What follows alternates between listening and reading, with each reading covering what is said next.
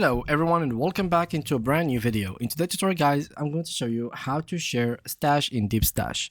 As you can see, this is right here is the stash and basically this is your ideas. So today's video I'm going to show you exactly how you can literally share any stash.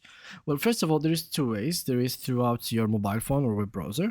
So you could go into any article, link or book of choice and share it to Deepstash so you can import it. And alternatively, you could use like literally this extension from the Deepstash themselves. I don't have it at the moment available, maybe because it is not available in my country, but overall you could use these two for the moment. Then, of course, once you import it, read or listen carefully to identify key takeaways, methods, principles, hacks, definition, codes, etc. that you find interesting.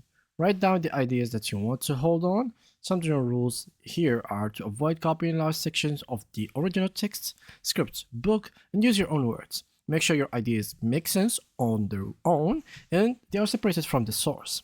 Also, double check for spelling grammar errors and then hit publish and your stash should be published automatically. So just for those who doesn't know, stash is exactly the idea. It's just a name that Deepstash are using for ideas in their platform.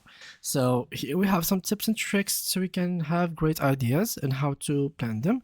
Of course, you need an image, a title. Think of a title as a cue. They should be short and sweet. Be specific and avoid general titles that can apply to many idea types. Best titles are good labels for the content inside. Use keywords in your titles relevant of the contents of the idea.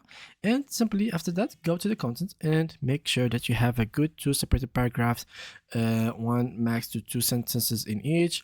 Is the ideal way. And yeah, that's it for today's video guys. Thank you a lot for watching and see you guys in the next upcoming video.